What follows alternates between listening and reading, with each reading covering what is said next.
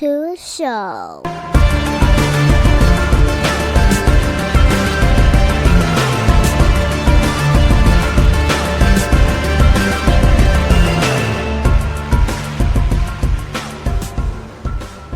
What's up, everybody, and welcome back to another episode of Off the Mats podcast. And it's me, it's Dante. And for this episode, let me tell you, this is a guest who back from the original days. So original that he was episode number 4. So here we are, 281 episodes later. Kind of fucked up. We should have had you back sooner. My bad. But busy man. I mean, I wouldn't go so far as say I'm busy as much as I'm distracted. But my guest today, Muay Thai coach over at Crazy 88. Yep. Brazilian Jiu-Jitsu purple belt. Muay Thai accolades. And overall badass coach Brandon Davis, a.k.a. Coach Thor. What's up? How you feeling? What's up, man? I'm feeling right now after I just got my ass kicked in jiu-jitsu. First time I took a gi class in years, and you guys are monsters these days. I haven't put a gi on in forever. Yeah, it's weird because it's like if it's no gi, it's almost kind of like okay, this is general defending yourself, and the gi is a little different because it's like, well, they're fucking grips. Like, what's are you going lasso on me? What the fuck are you doing? I did no gi on Wednesday, and man, like it's a different. I remember back in the day, and it's nothing against anybody, and I'm not trying to make any insults whatsoever towards any of you guys from back in the day, but I used to be able to beat up on you guys. Now it's like 3 minutes into a round, and I'm like, my God, my arms are dying. Well, to be fair, back in the day, we were the little brothers. We're the younger siblings. We're out there digging in the dirt. Then we come in like, all right, let's go. And then we get our asses kicked. And it's like, oh. Then years go by and we're like, I'm going to get him. And that's why I was like, yo, you want to come train? You want to come train? Well, I mean, that's how it works. I mean, it's crazy to say that I've been doing combat sports or contact sports for 30 years. I started when I was 7. And my body is now telling me, like, I can't do what I used to be able to do, but at the same time, it is fortified. Like, one of the guys, Kyle, in Muay Thai, he's been talking about me, I guess, at 88, and he's like, dude, he has his legs like concrete. I was like, yeah, I don't feel anything in my legs anymore. But at the same time, like, I just went and rolled with you guys a couple hours ago, and I was just, like, dying. Yeah, I mean, you're a solid dude, like, period. It's like when I rolled with you, it was like, okay. Like as soon as you moved, it's like, being with like a large animal. It's like okay, like as soon as it moves, it's like whoa, we can't control this thing.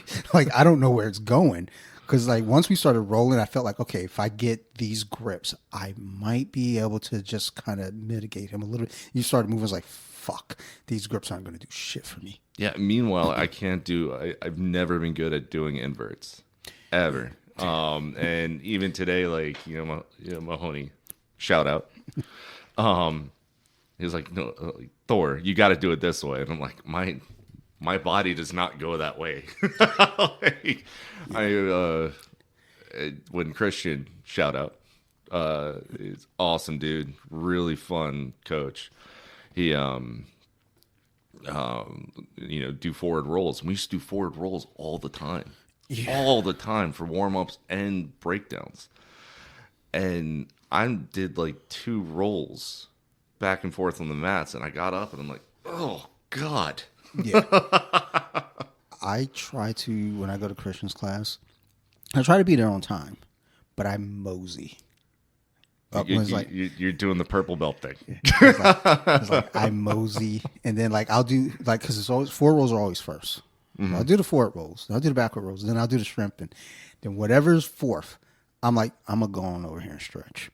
Like I'm 47, I'm gonna have to do something additional because he will from time to time call cartwheels, and I can do a cartwheel. I love me a cartwheel. What is that forward roll? That's the backward rolls. It was like throughout the years for me, it's just No, and it's funny. It's just like you miss the days when you were younger, and your body ages. Everybody's body ages differently. Like depending on what you put it through. And I have a stinger, and my right knee sucks, and my lower back sucks, and my feet suck these days, which is really funny because people kick, especially I'll throw a kick and whap it off, and like, oh my god, that was like really hard. And, like, one, it was really, it was actually pretty late, but I'll leave class and I'll just do that whole like gimping, like, don't look at me, don't look at me, don't look at me. That's the Saturday class.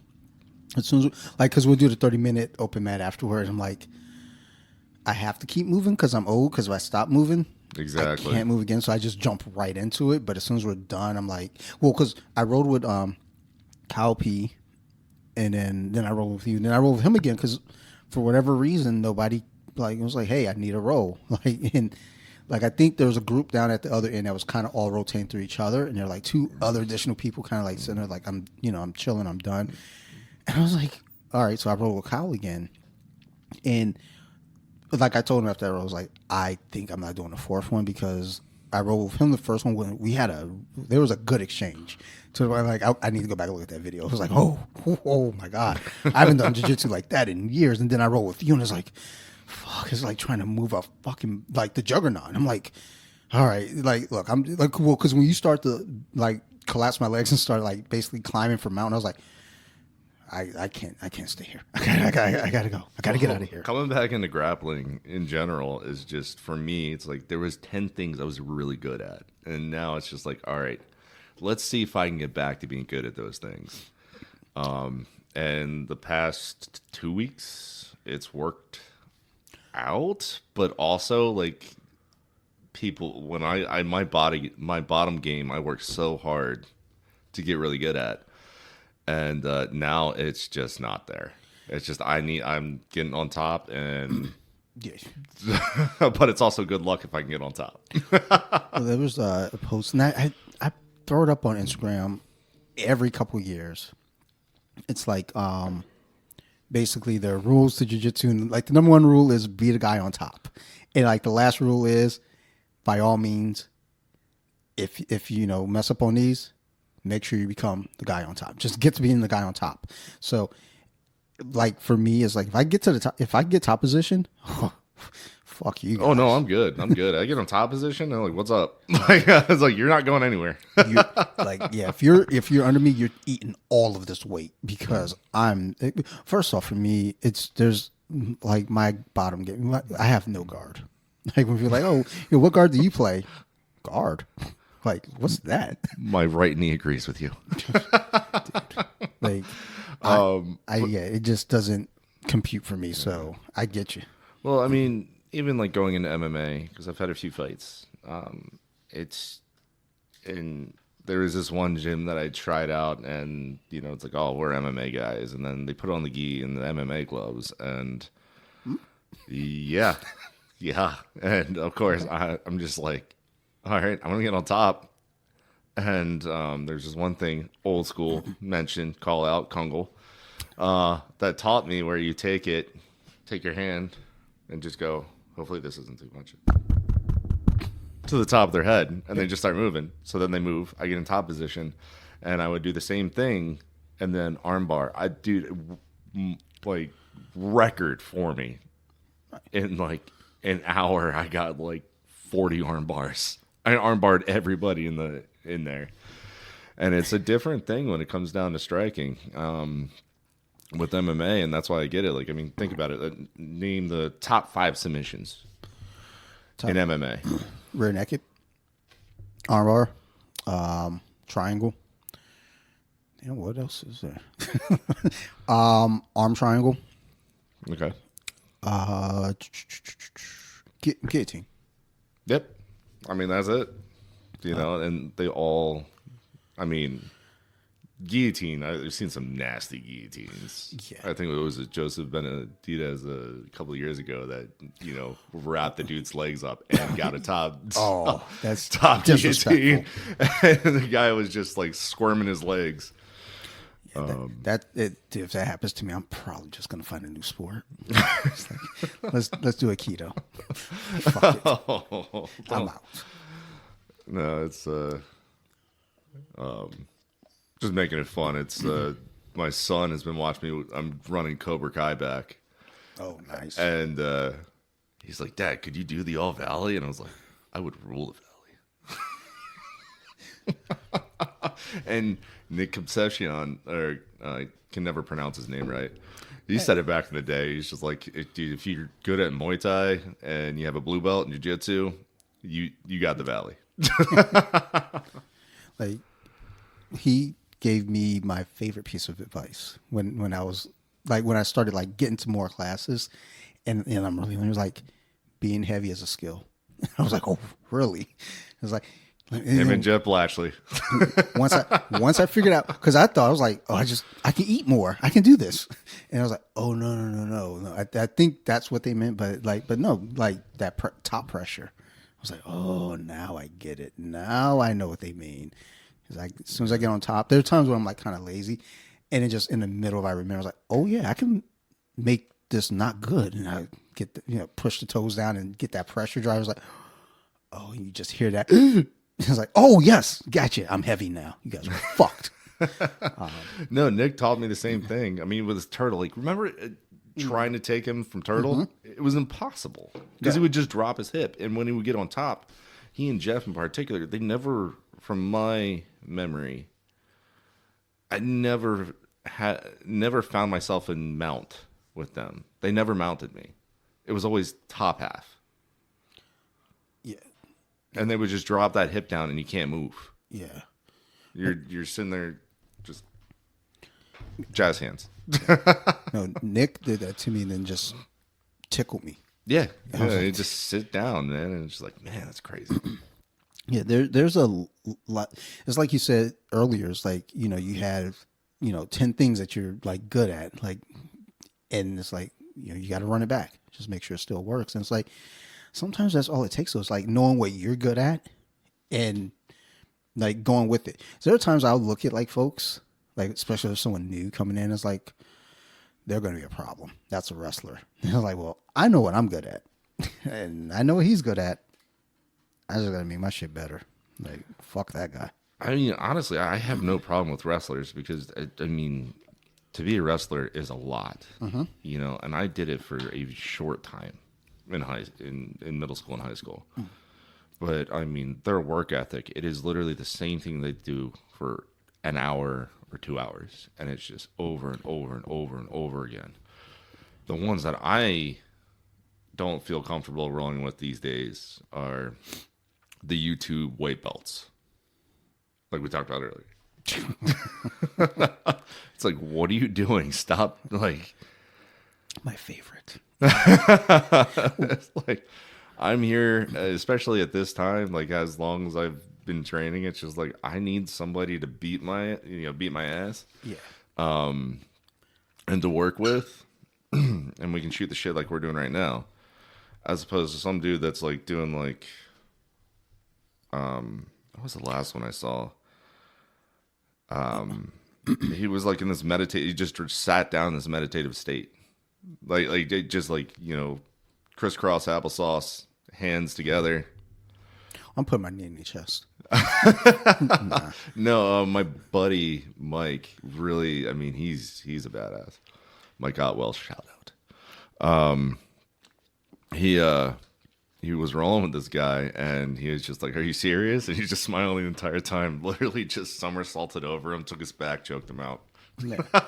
It's like the Indiana Jones guy with the the sword doing all the shit. Yeah, and it just pull out takes the gun. Like, fuck out my face.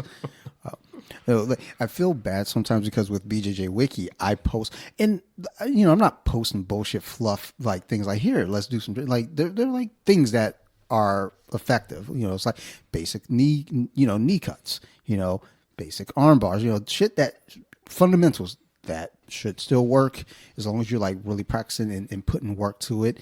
But sometimes I might post some fuckery, and then people are like, oh, this guy posting this YouTube bullshit. So then every so often I think, and when I see somebody do some shit, I'm like, oh, I hope they didn't get that from my page. I hope they get that from someone else. Well, I mean, that's the thing with social media these days. Like, you're gonna find everything, And I am of the firm believer, and it goes down to my coaching and teaching methods, where it's like, okay, that kind of looks cool. Let me try it out. But at the end of the day, we all have our own styles. Like me, I have, especially now, I am so lazy when it comes down to grappling. And today and the last 2 weeks, I definitely have paid for that when you have like the bigger guys. But even everybody has their own quirks and their own skill set. Yeah. And it's like, okay, let's roll out the fundamentals, but let's start, chink out the armor, or chink up the armor, I should say, and then go from there and start, honing that blade. Yep. And that's like where a lot of people are just like so cookie cutter. And to be perfectly honest with you, what I'm really loving about like MMA and the UFC these days is like you're starting to see the specialists come back out of the woods. Whereas before it was just like, all right, it was just so cookie cutter, Yeah. Like MMA for a period, you had like, let's go like '03 through like '06.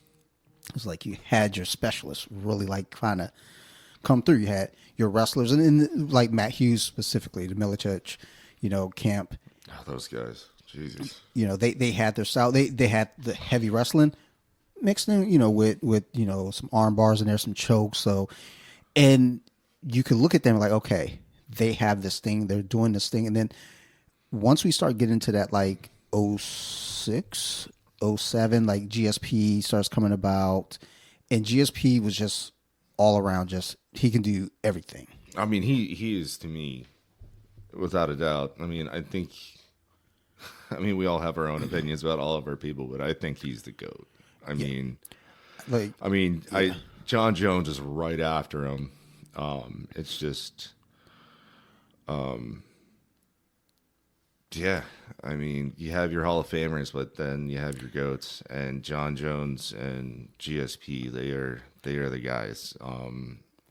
And right now, Alex Pereira. I mean, I've been watching him since before he went in the UFC, and I love him. And then when it comes down to specialists, that's like that uppercut is just, it's out in left field. It's so sneaky. It's just like, it is sneaky and powerful. Well, it's like what I've been telling the guys, and I've been working on it myself. Like, you don't have to reel back. Like everything should come from the chamber, and it just pops it. It's like I actually haven't watched a UFC card probably in like 2 months. So I'm right there with you. I missed Pereira's last fight, and the thing is like that. Like I'm always for his fights. Like that first fight with Izzy, I was like, okay, like we knew about him. You see the highlights. I was like, okay, and then when he beats Izzy, it's like, okay, all right. And then he loses to Izzy, but it was still one of those things where it's like, well, that's just kind of like the okay. I gotta now go he's back. 3-1. And Yeah, like I think it was 4-1, or maybe it's 4-1. I don't know. But I've been watching Pereira for years, and it was just cool to see him come in. Yeah. It's just fun watching them because it's like you said, you're getting back to the specialists coming in and doing what they do. Because sure, it's good that we always talk about this with basketball. Like my buddy and I was like, do you want someone that's really good at defense? You want somebody that's really good at mid-range shot? You want somebody that's really good at your three-pointers? Like I like the guy that can do it all. But it's like, but also you want that guy that I know I can count on this guy to shut down their score.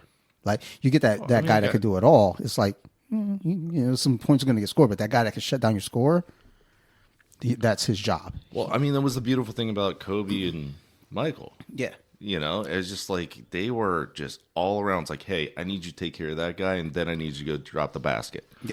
So, and I think they fall into a special category because they're the greatest of all time. Yeah, it's like people talk about like, oh well, Jordan, was a great scorer. It's like, yeah, but he was also a defensive, like the first team all defense, like 6 years, like so. And that's how he became so good at scoring, is because he completely knew how to shut down the defense and then immediately go on the offense.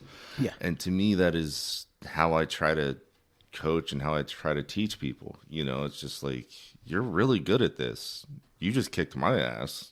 And I mean, I am none of those 2 people or 4 people or 5 people that I've mentioned. I am none of those people at all. But,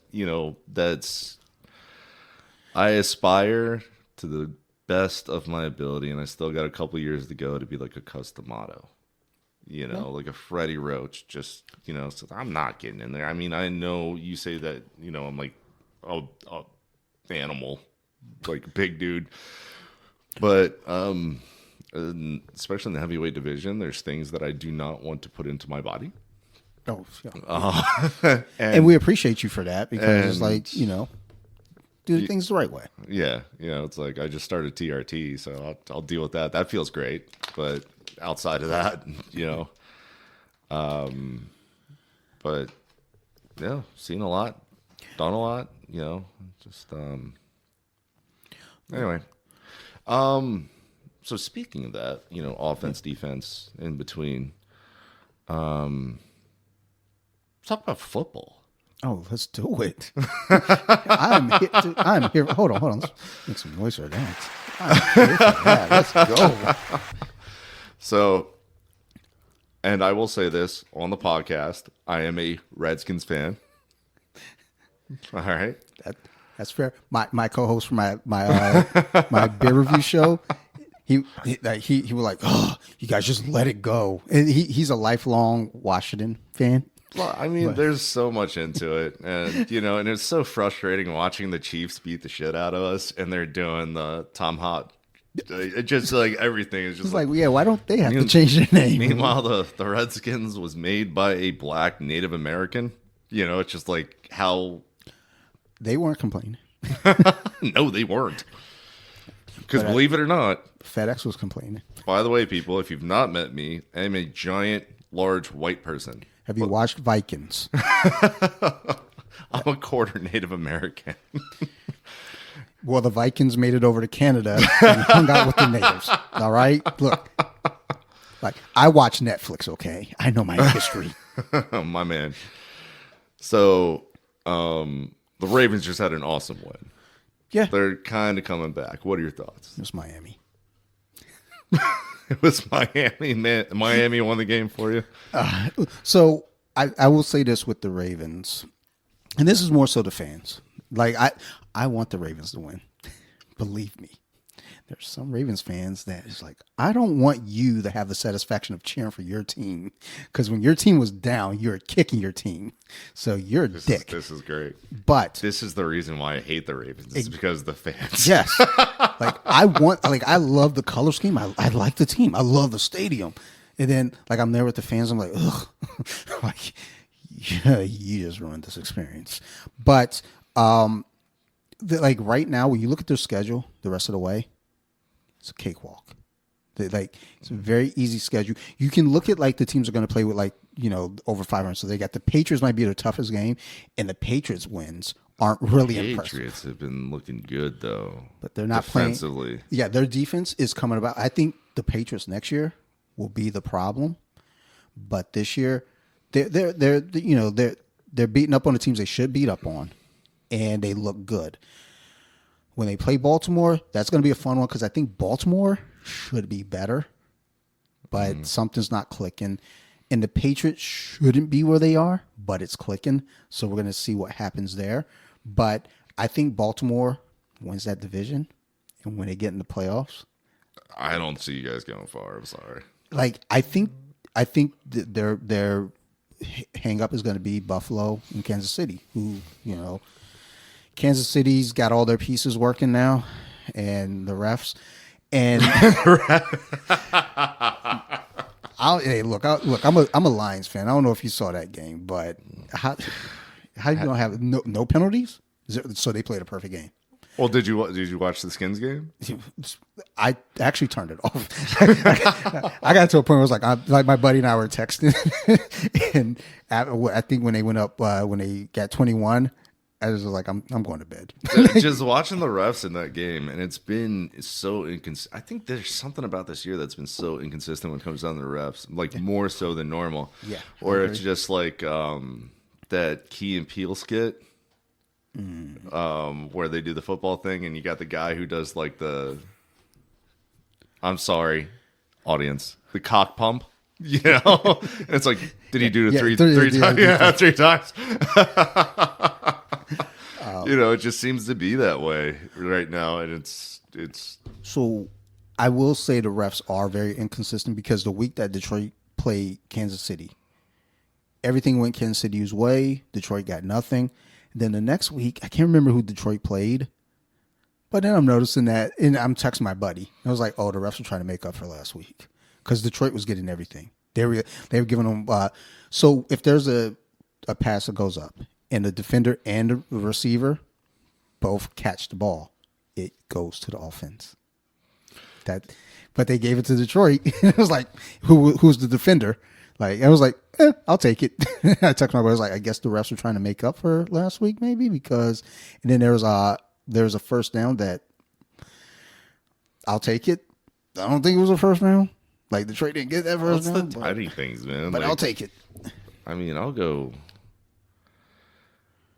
There's the offensive pass interference it is pissing me off. I think it's absolutely absurd, and like even against it was against the Chiefs. Where they like, what is holding these days? You know, like the guy he almost fumbled the ball, and I think it was one of the Chiefs players that had he had one of the running backs back, like the bottom of his jersey, and just pulling on it, and took him down, and like nothing. I feel like that's holding. It's just like what is like, to me, holding, at least growing up playing football, holding is when you actually grab the pad. So if you, I haven't played a little bit of offensive line myself. If you impede their movement, like you can stand in front of them, that's fine. You can push them, that's fine. But if you pull them, if in any way, shape, or form you're pulling, not okay. Like that, that's holding. Any kind of pull. If they get past you and you pull the shoulder pad and it affects their they move. Yeah, that's holding. If they get past and you pull their jersey, that's holding. It, like if you pull their arm, that's holding. Like yeah. So I was a defensive tackle. Oh, so I probably would have been holding you. I would have just fuck this guy. I'm gonna take the penalty. I ain't letting him hit my quarterback. But yeah, it's like you see holding calls and holding. So holding is a weird one because it's like, I feel like if you're at the level, right? If you're at the pro level, you've been doing it long enough where you should probably know not to hold, or you might even know how to maybe get away with a sneaky hold. But either way, you should, like, that's a call that's kind of a weird one where it's like, you should probably know not to do it. So, but people still do it. And sometimes refs are just like, I think I'm going to call it. I think I'm not going to call it. It just depends on how I feel. And sometimes, I mean, even us watching it on TV, we can see different angles that the refs might not see. But I feel like you're there, though. I don't know. Well, I mean, I can say it just, I mean, you go and you watch a game, right? You go to stadium and all that stuff. I mean, of course, they're right there and they go to see it. And also, like, it's no different than like what you see in a fight. Yeah. Right? So it's just like, you know, I have unintentionally done dirty things in jiu-jitsu matches back in the day when I did not mean to do those things. But I should have been called on them. You know? Like, for instance, I mean, not too familiar with the rules these days. But I do know that I had a bad habit. And especially when I first started at 88, which is crazy to say, like 15 years ago, grabbing the collar during practice. Yes, I am confessing my sins right now. grabbing the collar and pressing my fist into the neck without realizing it. Oh, we're not allowed to do that. What's that? We're not allowed to do that. I know. I do that shit all the time. Like, fuck this guy. Well, so you say fuck this guy. I'm just like, I'm dying for life right now. I'm a stupid white belt. Oh no, I was doing it with intent. Oh, okay. Well, there you go. Damn, I didn't know that. Oh wow. Okay, sorry. I mean, I could be wrong, but I know back in the day I got yelled at for that, and it's like you got to stop doing that. And you know, when it comes down to football, and even when it comes down to fighting, I mean, the eye poke. Let's segue into that. How's that? Love it. Tom Aspinall, eye poke. I do not blame Cyril Gahn. I do love Cyril Gahn, and I also love Tom Aspinall. But Tom, I think he should have gotten a DQ win. But they went with what they did. But you cannot blame the man for getting 3-eye fucked in the eyes. Was that too much? I'm sorry. No. I'm just thinking about the eye right now. I'm like, Yeah, he had two. I won't say that on your podcast. because I've seen. I had something. I won't say that on the podcast. But, you know, it was just looking at it. Like, I've been poked in the eye before, and like several times. And I remember I tried to fight through one. It happened to when I was fighting a good friend of mine. We were going for a Muay Thai title. Or no, I'm sorry, MMA. And he got me in the eye, and it was just one finger. And I think it was like the second round. Friendly Friday night. Yeah. And, yeah, no, I couldn't, I was trying to fight through it. And then he punched me in the eye when it was open because I could not read, you know? And next thing you know, it's just like, I couldn't move, and he got the TKO win. I mean, rightfully so. I mean, it was a good back and forth fight, but you know, and accidents happen and whatnot. But you know, it's just it's one of those things. If you've never been in that position, just shut the fuck up, please. You know? So yeah, it's really interesting. Normally, like if I'm watching fights, you know, my old neighbors come over, and neither of them have trained or anything. But you know, they're actively watching all the time, but it's still different because it's like, and even with me, I go to Muay Thai in the spring because my daughter goes to theater. So we drop her off early, which means I have to get dropped off early. And I'm just there at the gym, and it's like, well, let me go ahead, put these gloves on, and, you know, throw some kicks and some punches. Once theater's over, y'all ain't hitting me again. But, it was like, even for me, it's different because I don't know. Like from that perspective, but it's like when I hear friends who don't train of any sort, like saying what they should have done or nothing, it's like, oh, well, let me tell you, it's a lot different when you're out there and the adrenaline's going and you know there's confusion and all the noise is like, like I don't know, it's like especially with the eye poke because you hear. Who just said it recently? There are two fighters. I think Kevin Lee was one of them, basically saying like Cyril Gahn knew what he was doing. I was like, You know what he's doing. I mean, It even comes down to the boxing gloves. Yeah. Because he's renowned in kickboxing, at least recently. And, you know, when you got those, you know, you got boxing gloves on, what do? They curve in. So now it's just like, oh, this person's coming at me. And instead of being able to just like put the glove out there, yeah, now everything is opening up.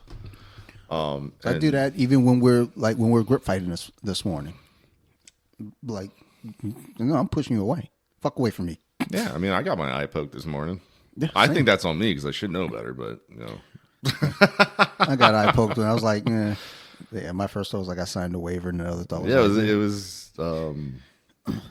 Like you're gonna get collar drag. It was with Kyle, the purple belt, and you know, it just like got up there. It's like boom. Of like, course, it it was.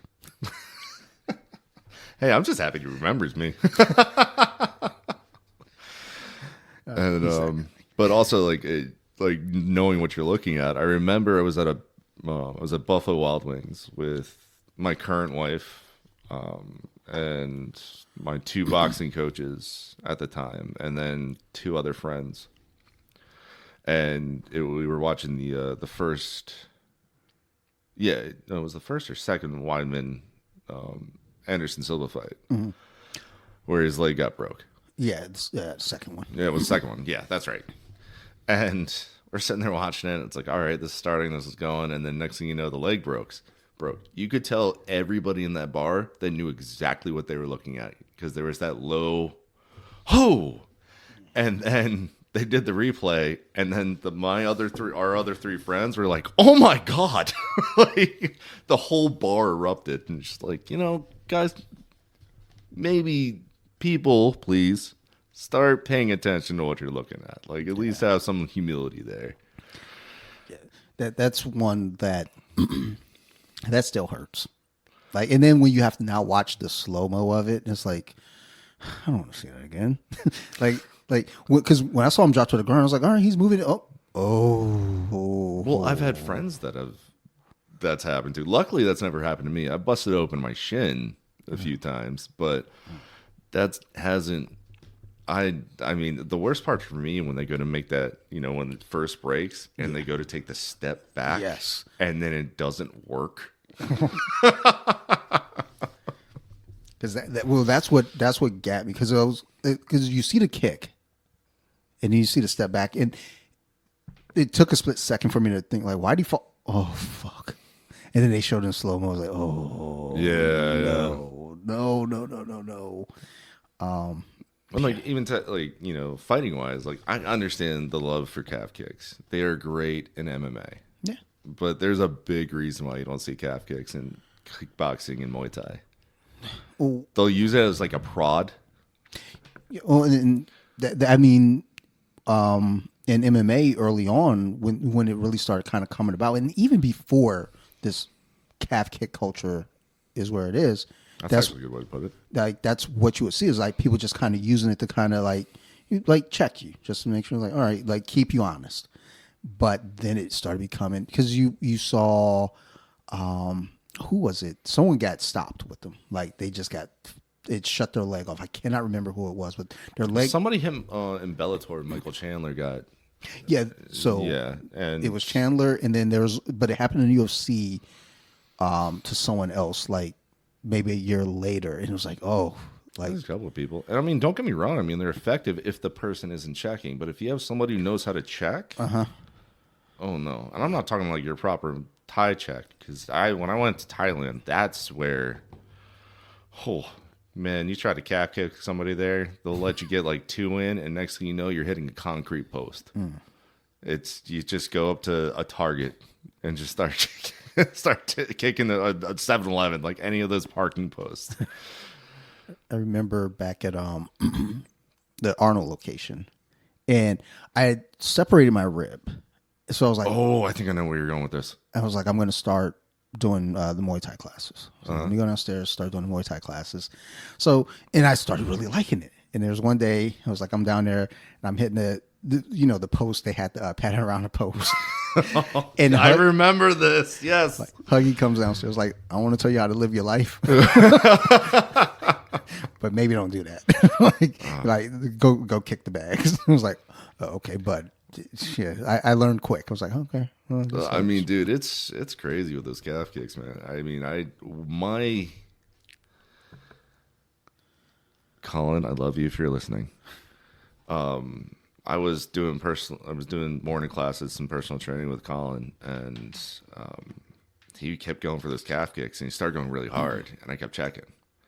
And I learned checks from the most violent person I've ever met in my entire life. Congo. I knew it was coming. All things like Congo, like that's the most violent person I know. And I checked his kick, and unfortunately, his leg broke. We are still good friends, from my understanding. We text back and forth from time to time. But once it is a haunting feeling when you actually break somebody's leg on your own leg. Like it is. Like I've accidentally popped people's arms, shoulders, knees like that. When you knock somebody out for the first couple times, it's just like, Jesus, God, man, that's weird. like it's just like you just kind of. I've seen it on TV a million times. Like you look at your hands, you say, "Am I God?" I'm gonna have to text Colin after this. So, Send him a fucking basket. Like, what the fuck is this? well, I was such an asshole because he dropped, and I was just like, "Oh, are you okay?" Oh, Mark was there for that, and I tried to pick Colin up, and it's like, dude, my leg is broken. It's not working. And then that happened downstairs at the old Ivy League. And so we had to carry him up into his wife's car for him to go to the hospital. I feel like I don't. This sounds familiar. Like I wasn't there because, again, when I was doing Muay Thai, I was like, not for me. Oh, separate my rib. Maybe it's for me now. Let me go try. Oh, nope. Because I bumped shins with somebody very lightly once, and I was like, I'm going back to jiu-jitsu. But I feel this sounds familiar. And I think that was one of those things that, again, just kept my mind. I was like, you know what? Not doing that shit. Just going to stay with the grappling. Well, the segue into that, like, that's the thing. Like, you have to, as a coach, you have to know how to, teach your guys. Like, that was one of the most beautiful things I learned about Muay Thai. Because here in America, and especially when I was coming up and, when you were coming up at some point, is it just murder, death, kill. Yeah. And when I went to Thailand, that's when it was so fun. It's so playful, but the technique is on point. Like I accidentally hit this guy really hard. I didn't mean to, but I did. But I was also not trained as much, so why I went there. And then I got my ass whooped for the past hour, person by person by person by person. I also saw a guy throw an elbow without any pads on, hit a guy, and next thing you know, the ring swarmed with other guys just beating the crap out of this guy. And then it was just like, swat a cup. So with that, though, too, it's like, once you're getting that retribution, right? You're like, hey, I landed a shot. Oh shit! Now it's your go. Is there understanding though of like, look, I earned this. Like I fucked up. There are some people, and I find, I mean, it's really funny about fight culture. Boxing, it's, oh, you tried to kill me, I'm gonna try to kill you. Yeah. Wrestling is the same way, but it's more, back and forth. Jiu-Jitsu can be the same way, but it's also soft. Yes. Muay Thai and kickboxing, I personally feel it's like, okay, you fucked up, you earned your, Yeah, you're getting those receipts. Yeah, you're just getting it back, Yeah. and the person that's trying to give it back, if they can't give it back, then that's on them earning those receipts. Mm-hmm. And like especially now with jiu-jitsu, the one thing that I'm learning, despite I can't feel my arms right now, is that it's, I guess it goes back to like what John Danaher said, Nicky Rod and Craig Jones, Gordon Ryan's, is just like that whole thing of, I'm on bottom, I have to play bottom. I'm on top, I have to play top. And I guess another segue here is I think that's where it's kind of gotten bad. Like what happened to that competition of just trying to go back and forth, ebb and flow, as opposed to I'm on bottom, that now I have to submit you from the bottom. Meanwhile, you got somebody like myself, guys that back in the day, especially the big guys, or God forbid a Gordon Ryan on top of you. Fucking, that's a gorilla. I wouldn't want to do that. Like when I call you an animal, if I saw that coming at me, it was like, nah. I wouldn't want nothing to do with that man. If I can punch him in the face, maybe. At least slow him down. Like, give me a chance to run. He ain't athletic, he said. I mean, even John Donner said he's not athletic, but you look at him, he's just like, okay. I mean, even if you take the juice out of it, there's something behind that, Yeah. And then you got people like Craig Jones, where it's just like, did you see that video that I think I posted it? Craig Jones, he hadn't trained in like a month, comes in and tells the guy, that he submitted, and Craig James is drinking his water. He's like, I just came in hungover. You know, I've done more drugs than you in a week than you drank water today. And you're going to complain to me. You know, it's just like, there's some people that are like that. There's kind of rattled on there. I apologize. no, there is a weird thing where kind of that flow has gone away. Yes. Because like we even see it. I try to keep it just because like I always joke about like when I'm on the mat, it's playful. Like you're learning, but I'm still playful. You know, I'm still making jokes. I'm still like, but we're still absorbing. We're still, you know, giving and taking. So you know, you want to keep it funsies. But there's some folks, they just get out there and it is go time. It is like, you know, it's like they're on top, they're trying to kill. If you get the sweep and they're on bottom, they're still trying to kill. And it's like, I just like to have a little flow. And that's the biggest thing too. Like when you're getting up there as well, especially with experience and rank and whatnot. But when I've gotten to the point now, especially when it comes to lower belts, it's like, I'm just going to let them work. Yeah. You know, and it just comes down to experience, you know, and what's really, really frustrating, especially in the area in which I live, just one of the reasons why I came back to 88 and have you guys kick my ass, is I would let these guys work.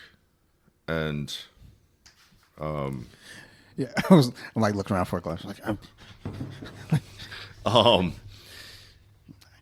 and the coach, one of them in particular, who never rolls, and he'll teach like 12 separate techniques in an hour and a half, which is hard to maintain for a lot of people. That seems like a bit much. Yeah. I mean, I've always been of the mindset, and that's the way I was brought up. It's like, look at, okay, here's today's curriculum. It's a bubble graph, you know? Okay. So we're going to be in top half. All right. You got the mousetrap, you know, Americana, arm lock, Kimura, you know, how do you get there? How can you apply that? You know, okay, if that's not working, there's knee on belly and then revert back and just kind of work around it. Kind of like what Mahoney did today. Yeah, what we did today. And it's the same thing when it comes down to striking. I will come in. It's like, all right, we are going to work on 1, 2, 3, 4 kick. All right. Dante, how you doing it? All right. What are you leading with? What like, where are you favoring everything? And just kind of like work out from there. And then of course I'll have I normally do about 4 or 5 variations of that. And I think that's important. One, to retain information, you know, because if you're all over the place, like, okay, now we're going to do umaplata, then we're going to do top half, then we're going to do a sweep. And the sweep is no correlation whatsoever with any other thing. I wonder too, and not that this is saying that's okay, but I wonder if they're like, let's throw a bunch of shit and like you'll pick what you like out of there, but it's like you really can't though because you're not repping it enough. Yeah, you're not learning anything, so you really can't pick something to like. Because if you're telling me like we're gonna work on, so yeah, let's say you go with like triangle armbar, omoplata, but even still, you gotta kind of stick to one. Yeah. And make sure you get the one down. Then the next go around, go to the other. But you still let them know that one is here, but here's your other option. And then even once you get those next two, now you go to the third one, which is usually the omoplata. But it's like you got to build. You can't just like throw a bunch of shit at the chalkboard and say something's going to stick. It's throwing spaghetti at the wall. You know, and it's just unfortunately like that's just not how people function, in my opinion. If I'm in that scenario, like though I do record, like I take my phone, I record everything that's going on. Like I go back home and I watch it later in the day when I convert it to the computer. I'm checking. I was like, okay, I write my notes from that. If you give me all that, because again, I'm writing my notes. The notes are set in a way where now I can go back and read them, and I can put it all together. If you throw a bunch of shit at me, and I go back and write those notes, just like all the shit on the mat that was all over the place, those notes are now going to be all over the place because there's no structure. Exactly. All right. Favorite position, most hated position, and the dumbest position. Favorite for me, right now, actually, I used to hate mount, but I'm enjoying mount because I guess now I'm figuring out more stuff from the mount for me. Now, are you doing mount with both knees on the ground, or like you're doing the? So I'm starting both knees on the ground, then we get to kind of that fat boy mount. That's where I like to go to because like from there now I've got Kimura, I've got arm bars. I can transition to a triangle if I want to go to a crucifix from there. Like I've got things to play with from there. And I used to hate being there. Now I'm like, oh my God, my eyes are open. I can do so much. like it's like I knew letters and now I know words. Exactly. Who's gonna tell me that these things converted to sounds? Worst position, in terms of like, what position do you hate being in the most? fucking, I don't like being bottom side control. I can't like, I fucking hate that. And it's like I know as a a blue belt is like, oh, you should be fine getting out of it. Yeah, I should, and I can, but it's a fucking lot of work, and I hate it. Like even if you have mount on me, I have shit there. I have a lot that I can do from there, and I have a lot where I can just kind of keep you from doing anything. Whereas like side control, I feel like there's a point where I should know better. Well, side control you can get out of. I mean, even if they are heavy on you and you got like a good wrestler or someone who's good wrestling, then you drop their head down on top of you. And I can, but it's a lot of work for me. Whereas everything else, I'm like, oh, I got things. But when I'm in bottom side control, it's like, oh, here we go. I got to fucking do this. Yeah, I got to do that. And a lot of times I get back to guard or at least half guard. And I'm like, okay. But it's like, fuck, I did all that to get here. Fuck. Now I got more work to do. Whereas like even like if you got mount, it's like, oh, yeah, and I'm gonna get that sweep. Well, with mount you can surf. Yeah. That's what I love the most about mount, and I'm relatively flexible for my size. So it's just like I go from mount, fat boy mount, and it's like catch release for me. Especially if you have a spazzy wrestling white belt where they're just freaking out. And that way you can just move around with them. It's like, all right, gotcha, open up. Gotcha, open up. Gotcha, open up. They're a lot of fun. What's that? I said they're a lot of fun. They are. Because it almost but also kinda, nothing but love and respect to that because that's, we need that. Hey, they got the hustle. They got the energy. They got, they got that. But it is helpful for us because it's like it now really kind of puts us in a position where like, we have to start doing our other stuff. Well, you can't get lazy. Yeah. With wrestlers. No, you cannot get lazy. No, like I've paid the price many a time just thinking, oof, I can breathe. Fuck, I can't breathe because he's moving again. Jeff and Shelton, you remember them? Yes. Yes. Yeah. No, I learned my lesson the hard way from those two. No, like and Ung. Oh my God. Like like our Friday night class is basically wrestling. Yeah. And there are plenty of times I'm in there, and I know, and they're all the young guys too. So I'm like, okay, I know I can't sleep on these cats, but I still test it. And like, let me see if I can get away with a little bit of laziness. Nope, that's my arm. Yeah, no, that's exactly what it is. Like that's where you're just like, oh man, like all right, and that was my other thing with jiu-jitsu, and then we'll go back to the dumbest question. Is that with jiu-jitsu, it's just like you're allowed to be lazy. Mm-hmm. Everything else, you can't. Yeah. Unless it's Tai Chi in the park. I mean, it may be Krav Maga, but you're just punching people in the dick at that point. Look, I mean, if I'm losing a fight, that's where you're great. getting punched. I don't care. You can call me what you want. I will punch you in the nuts, or I will bite you in the fucking arm or the face. I'm not losing. Like my kid watching. Like, you couldn't put me in the cage. It's like, oh, this guy, look at it. Oh, Dante. Oh, he's down. Did he just spit his mouth guard out? Fuck. Here he goes. He's been watching Mike Tyson training videos again. I mean, in all fairness, Holyfield had butted the shit out of it. Yeah, he knew what he was doing. He was like, yeah, let me slow this guy down. He's hit me a little hard. Headbutt. Like, you might want to let him keep hitting you because what's coming next ain't what you want. Dumbest position? Ooh, The one that you think that Jiu-Jitsu just kind of threw on the table and was like, oh, we're not getting punched in the face anymore, so here we go. Oh, man. I think right now one thing that we've been working on, and it's just because I'm completely ignorant to it, so I get annoyed when people get me in it, is octopus guard, and I get it. My knee doesn't like it, I can tell you that much. But it's like, like when I get put in it, it's like I feel like this shit is fucking dumb. It's like I want to fucking wet willy this person or punch him or something. I can't even do that. And it's effective. It is, but it's dumb for me because I don't like being there. I'm like, this shit is fucking goofy. It's and I would say, I guess for me personally, De La Riva just does not. My body doesn't cooperate with De La Riva. I totally respect De La Riva, but I'm right there with you. My body is not. I mean, does Gordon Ryan do that a lot? I don't think he does. I don't think I've ever seen him do it.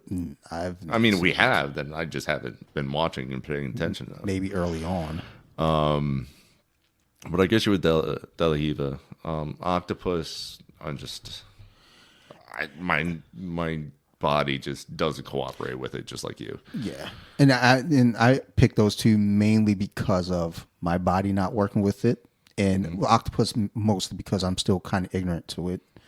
So it's like, I don't know it. Fuck it, it's dumb.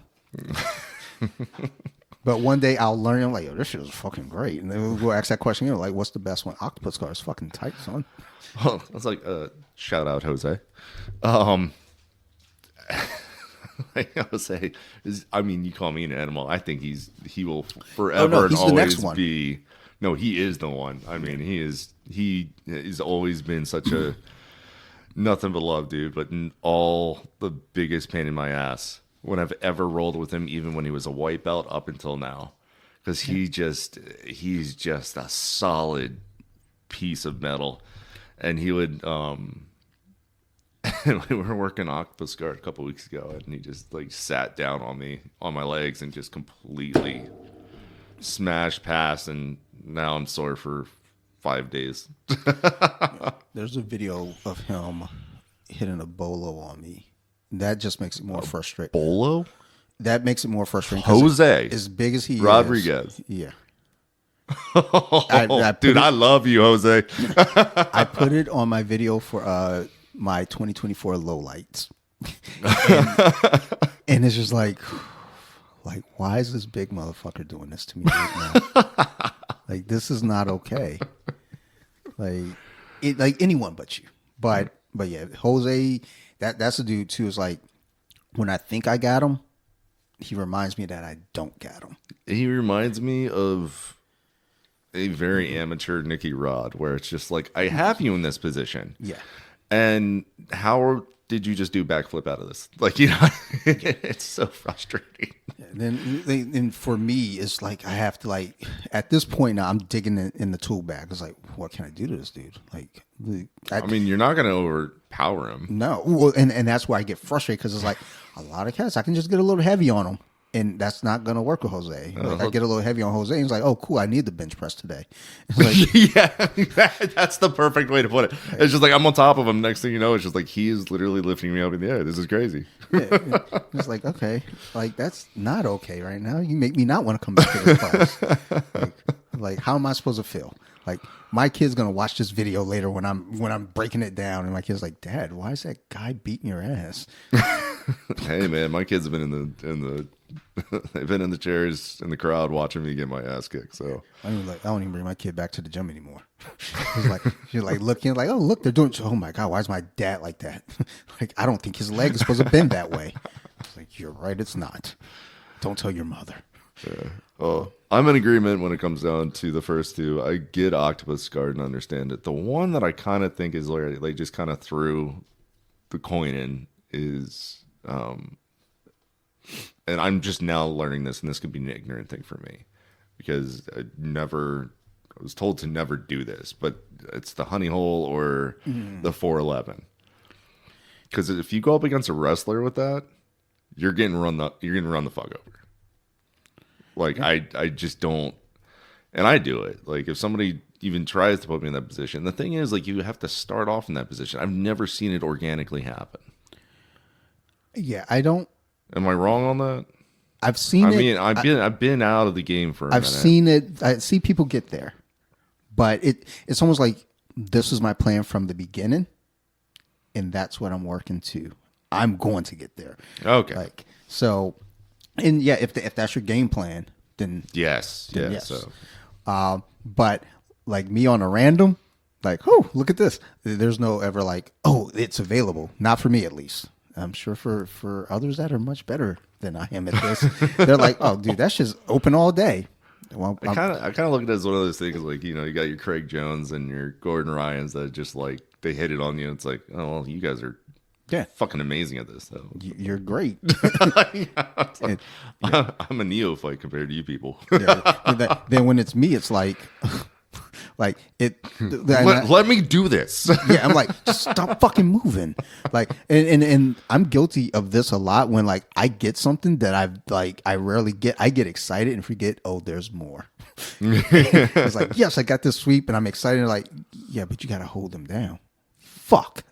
Like, Well, it's like Wednesday. So like when Christian's been teaching the octopus guard, and we're doing it, trying to start from bottom half, and I mean, Danny with all over the world.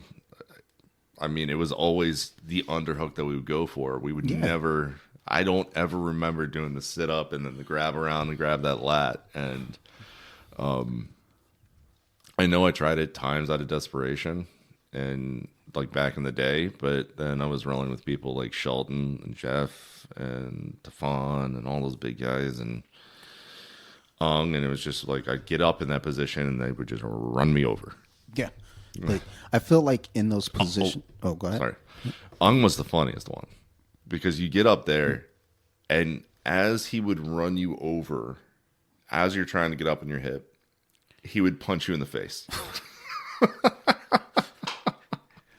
Just a reminder.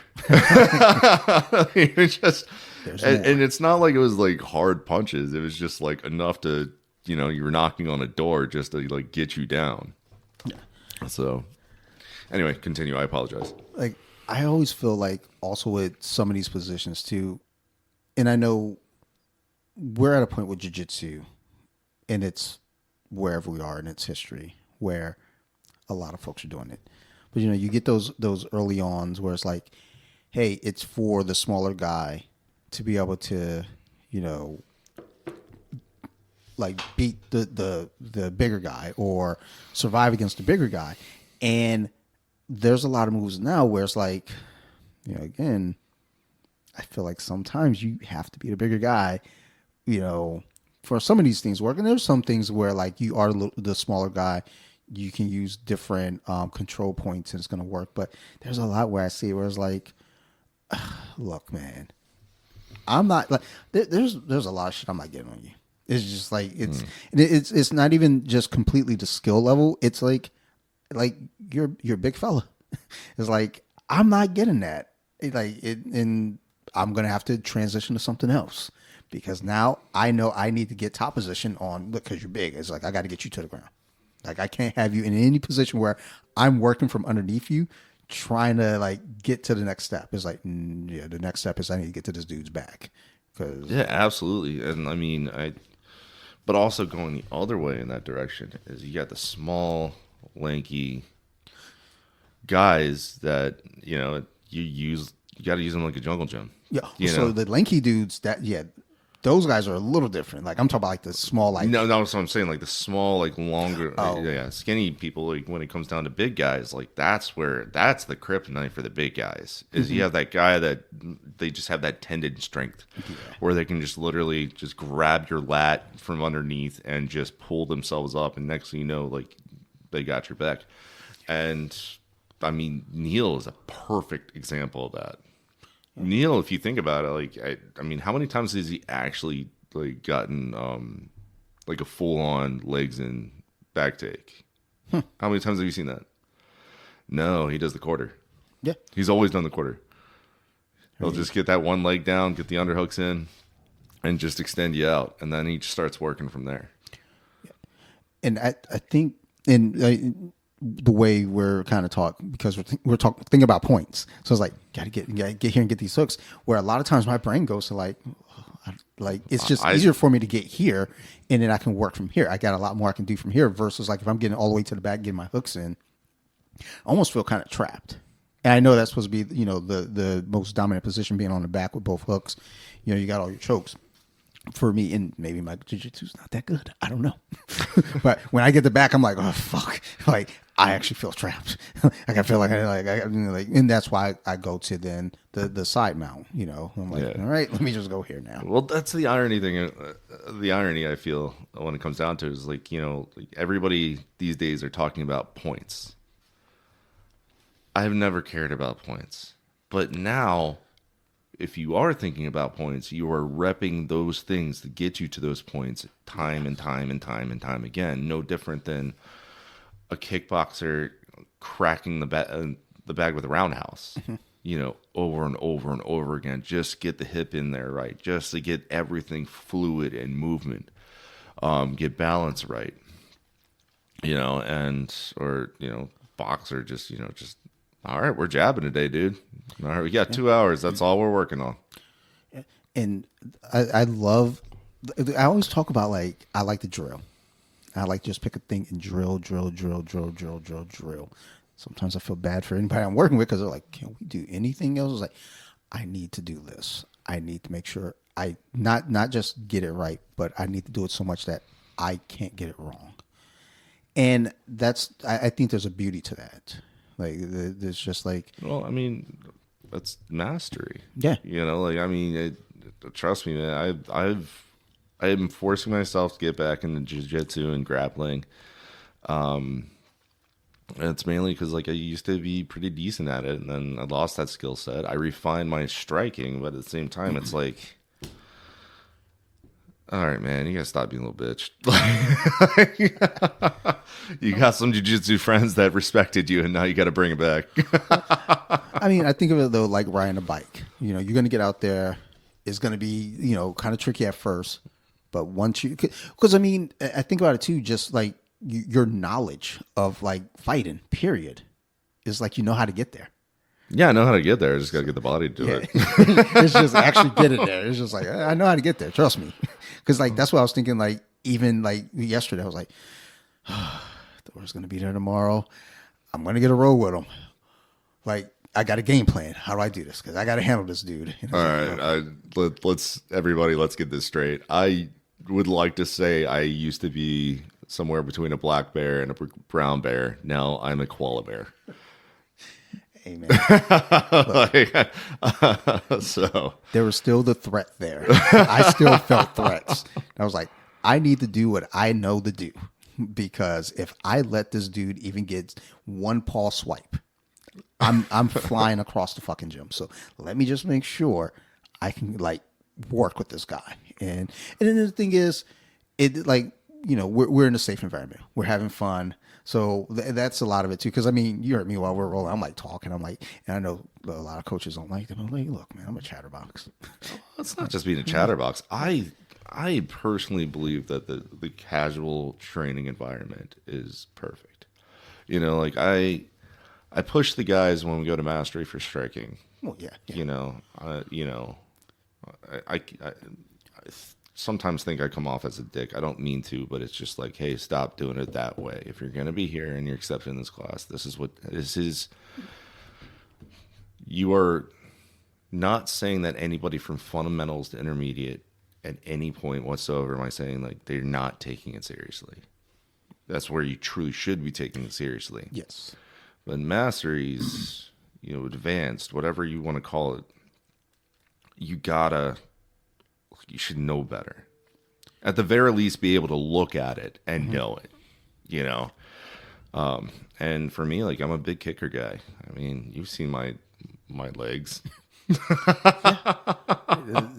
It's legitimately like a fucking. It's like feeling your leg is like, hey, there's a lot of muscle there, buddy. Yeah, and don't hit me with that. And I'm the big guy. What you should feel is like a true Thai fighter. Oh my god, dude. Oh, Jesus Christ. That's why I stick to grappling. But it's just you gotta, everything. I'll leave it at this. There are two analogies, and I'm a big movie quote person. There's two analogies that I love to say when it comes down to anything, whether it's jiu-jitsu or striking. There's Happy Gilmore and Chubbs. It's all in the hips. Yeah, but if you haven't watched it, go watch it. Then put that vision in your head. And then Pulp Fiction and how John Travolta dances and he moves his hips. Just that little shuffle. Yep. That's all it is. That hip has to come forward. And Coach Sebastian, he says that as well. It's just like you got to lead with the hip. Everything will come afterwards. Yep. And with jiu-jitsu, it's the same thing. It's just like you're not just going to plop down on somebody because the moment your hips come up, they can get out. They have options. But if you just drop one of your hips on top of them, that pins them down. Yep. Which is one of the most beautiful things about jiu-jitsu. It's just like, okay, they're doing all this fancy stuff, and then you plop your hip down, and yeah, well, it sucks. Sucks for you, bro. That's where it clicked for me with, your top pressure and being heavy is, yes, there's going to be a push from your toes in certain points, like your shoulder pressure and stuff, but those hips, like especially like when I'm doing my knee cut, I come through, walk the hips back, and I get you in that side control, just give you enough from that one hip just to make sure you're pinned in that one spot. You're not moving anywhere. And then my elbows got you trapped on the other side. You're trapped within there. Just even when we're doing the guillotine today, and we were talking about it, you want to get your hips. I'm so embarrassed of that. Dude, I had to call Mahoney over so many times. Like, can you help me? Like, I know what you're saying, but I don't know what I'm doing. And it was like, okay, I'm oblique crunch. I got that. I got the leg, and I just couldn't get it. But then once we went to situation, I was like, I'm about to fuck this dude up. It's like I got him. Nah, I don't want to be fucking my teammates up. But that's the whole thing. Like with the guillotine, he was saying, get your hips under. It's like when he said, it was like, yeah, it's all in the hips. Because if you're doing a guillotine, you're not walking your hips forward.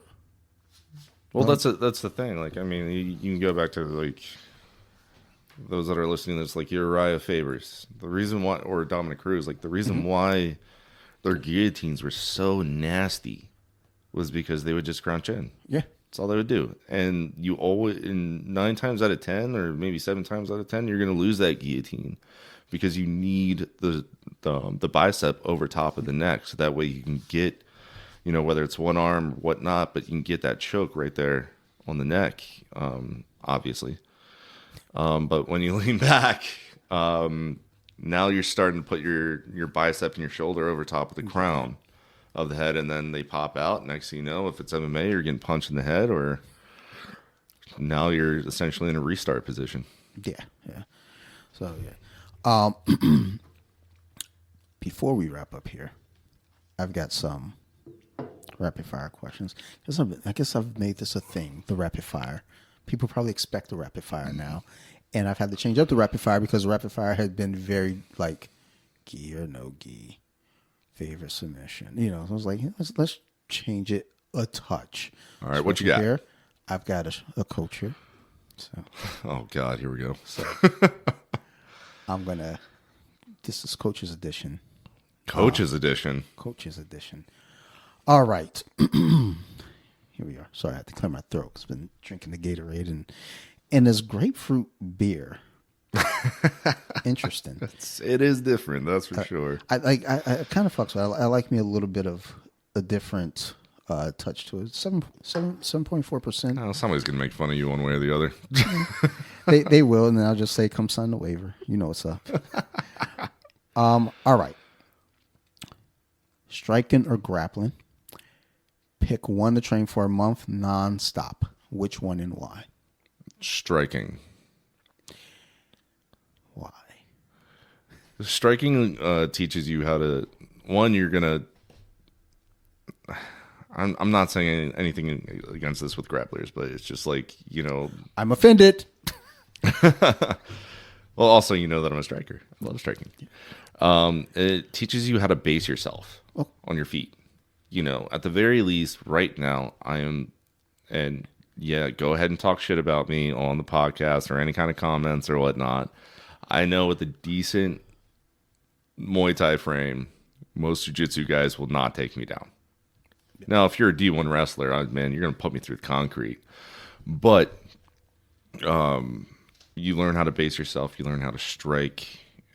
When it comes down to any kind of thing on the street, you never really want to go to the ground. Nobody's going to, I mean, if you butt scoot against me on concrete or asphalt, I mean, I'm going to either kick you and walk away or just walk away.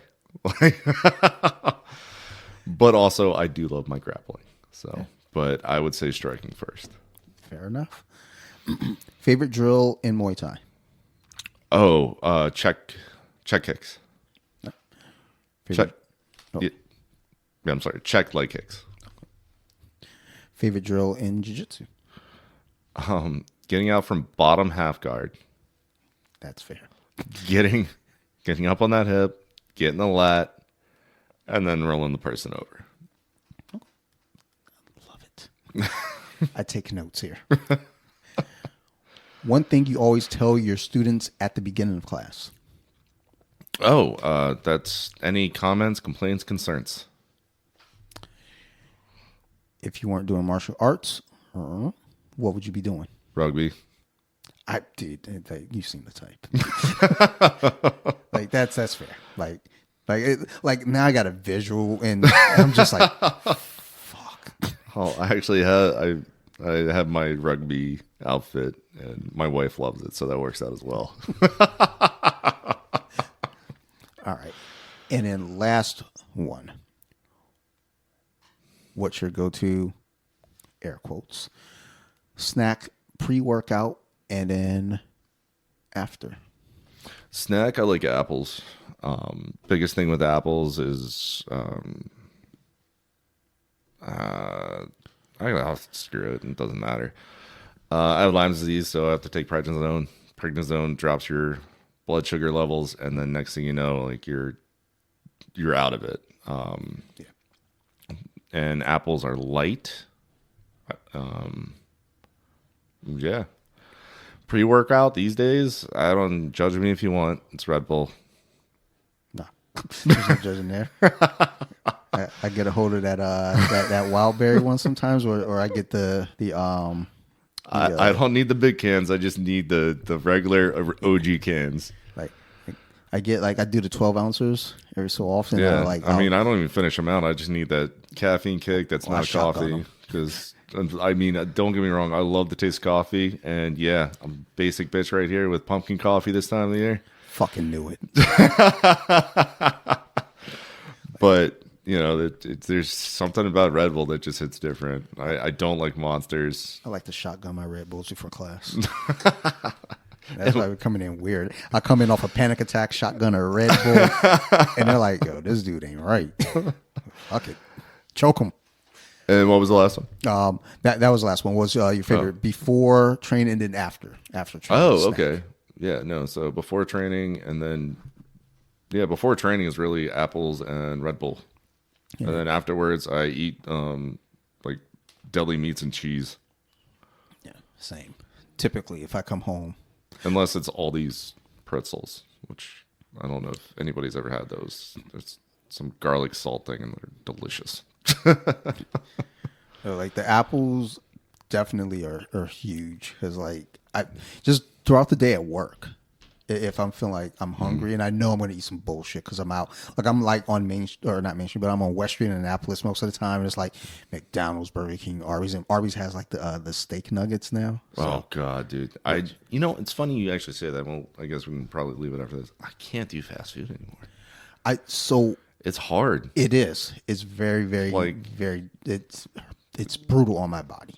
Yeah, no, it absolutely is. My wife, she'll bring Malcolm home and say, hey, I got you like a quarter pounder with cheese, Royale with cheese, and I'll eat it, and it's just like halfway through and it's like I'm forcing myself to eat it. Like if I get through it, I'm not happy. I'm like. I'll try to come down here and run or something on the treadmill. Try to get on the just sits there, man. Yeah, I got to do something. I can't. I definitely can't train if I did that. So, but yeah, like, but you give me an apple, a banana. I feel like a energy spike from it.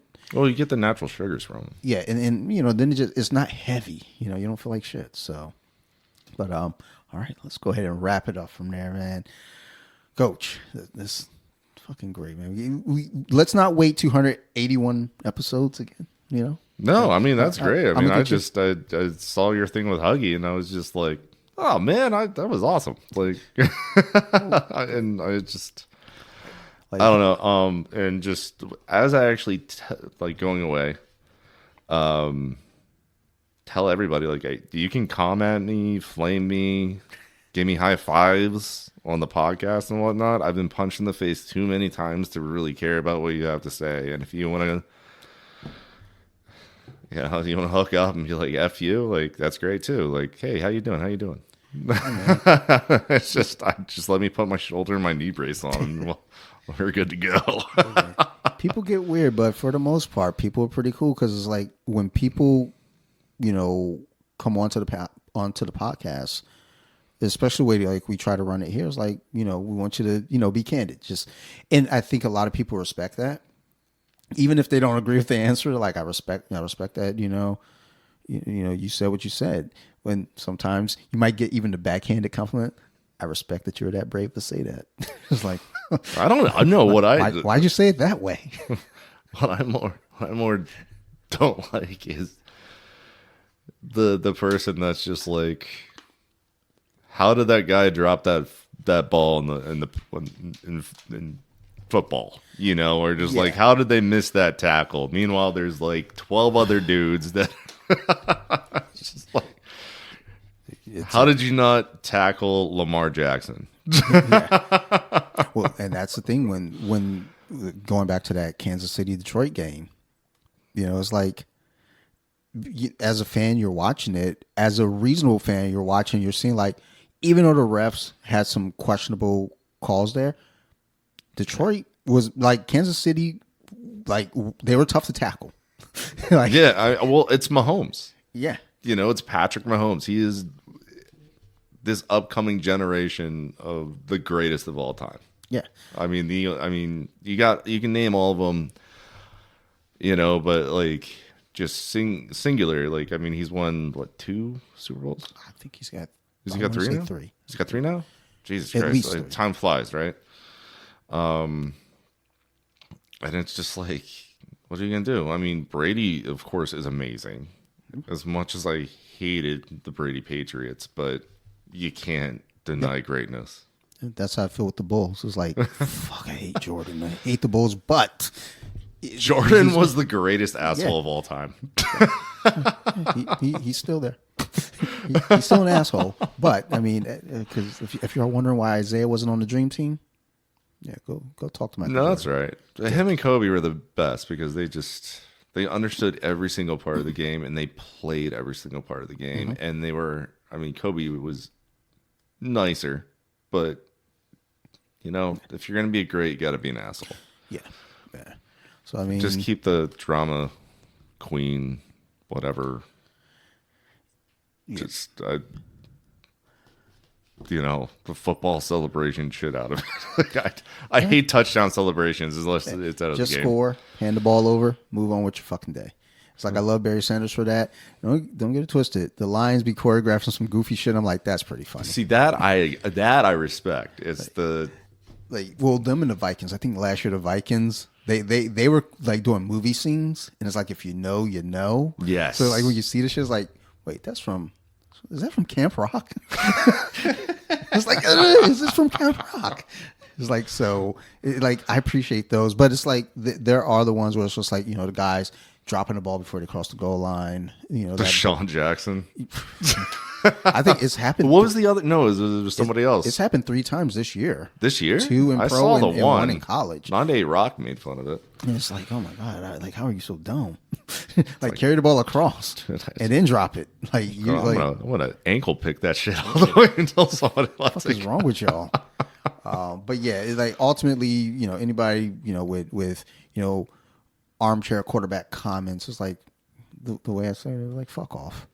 Just Like, you know, you can drill me all you want, and just what I tell my students, like, you know, I take high fives, I love high fives. Will you tell me to F off? All right, well, let's figure it out. and I will say this: I've had guests recently that's heard an episode, and they're like, "Hey, I disagree with this. I want to come on and talk about it." So, you know, again, if y'all disagree with something, Well, that's good, man. come hop on and talk about it. That's my whole thing. When you comment on any of the posts that I might put up, and you're like, "I think that's dumb," and I'm always like, "Well, you can make a video of it how you think it could be better, and I'll repost it."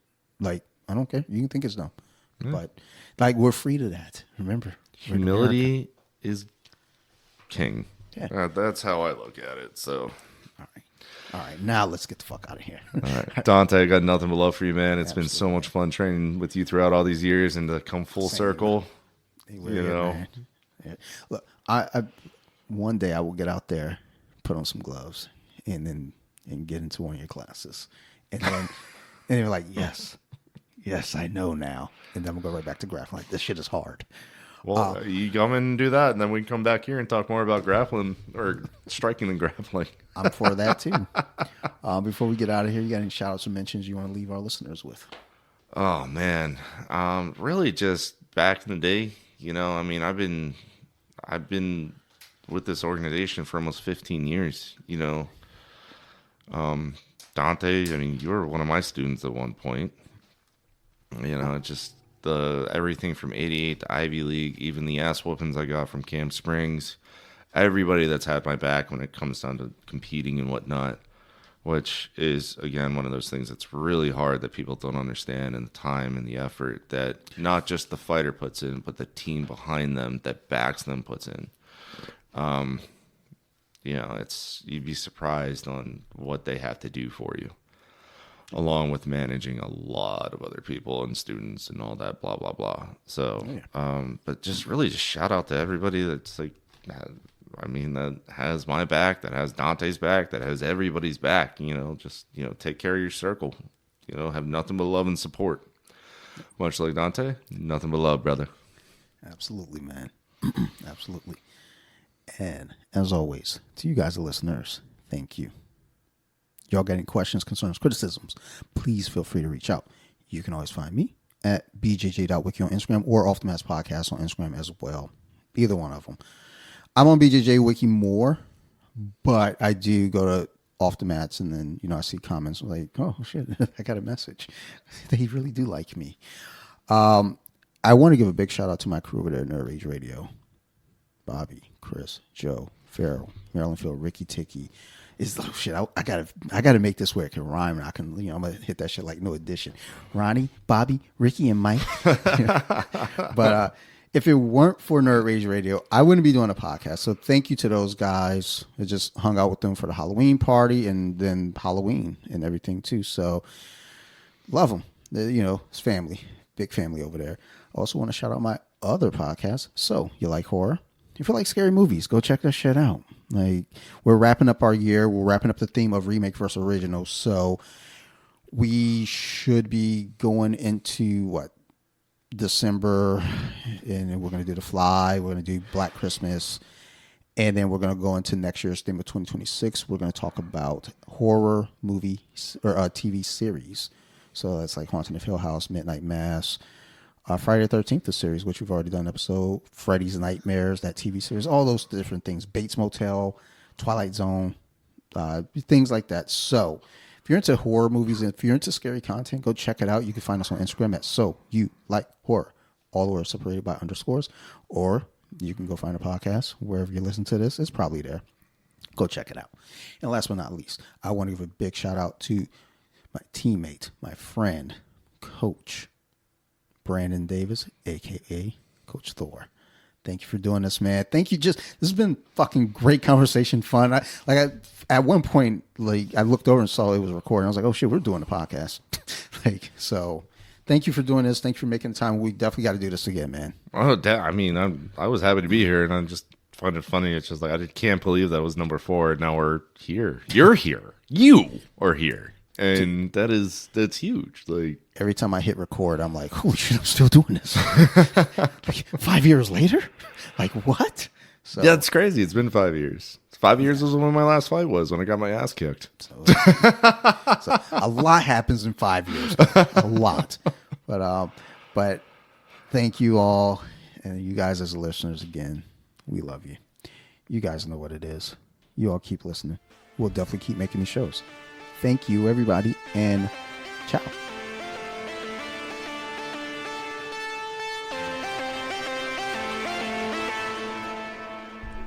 They were with it. Now let me sing a song.